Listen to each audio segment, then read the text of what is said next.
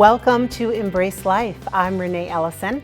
February is Heart Month, and we have set aside this special half hour to introduce you to a Lourdes physician who saved the life of a woman suffering from a heart attack.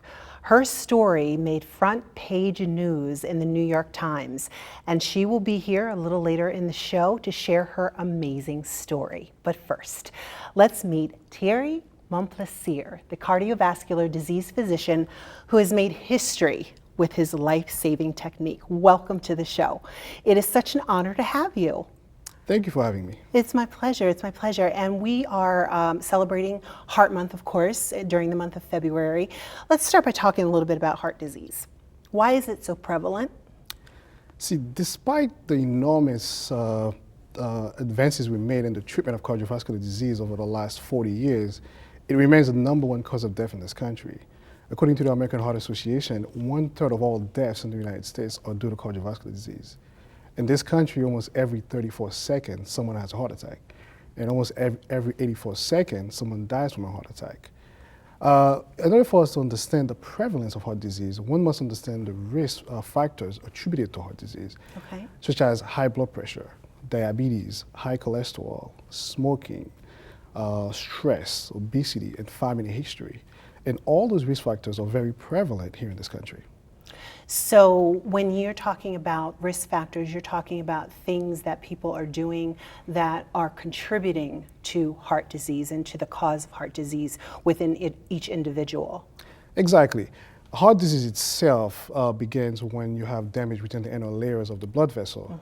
Now, what causes that damage is all the risk factors that I mentioned. High blood pressure is a major risk factor, high cholesterol, and you have patients who are family history is another risk factors that you, as a patient, you cannot change. But the other risk factors that I mentioned are things that can be controlled if they are addressed early. And how does one control heart disease or control the risk factors that contribute to heart disease? Is it just about a cleaner diet, exercising? What do people need to do in order to prevent that from happening? It's a combination of everything. First, you must have a yearly physical, because what you have, a lot of patients who have high blood pressure are not even aware they have high blood pressure. So you must first, have a primary care physician. It's interesting when you look at the statistic, especially in the minority population, like 50% of those patients a lot of time are utilize the ER as a primary care physician. So the first step really and really reducing the risk of heart disease, you must first have a primary care physician, because those risk factors, high blood pressure, are usually silent. High cholesterol, you usually don't know if you have high cholesterol. You can't tell. You can't tell until something happens. Okay, so let's start with high blood pressure. What's considered high? So currently, anything above 140 over 80 is considered high. But if you're diabetic or if you have heart disease, we as cardiologists, we tend to be a little bit more aggressive in the treatment. But the challenge with high blood pressure is patients get used to having a blood pressure under 190. And they usually are working on blood pressure that high until they either have a stroke or a heart attack. And how is heart disease related to strokes? How does heart disease become a stroke? So there are two disease processes. So heart disease itself is caused by atherosclerotic disease. It's plaque buildup within the inner wall of the artery. And it's the same disease process that takes place when someone has a stroke. So the way the body, everything is interconnected. So in your heart, you have arteries that supplies oxygen-rich blood to the heart. To the brain, you also have the same arteries that brings blood to the brain. So the same risk factors that contribute to plaque buildup within those walls also cause the same process in the arteries to the brain.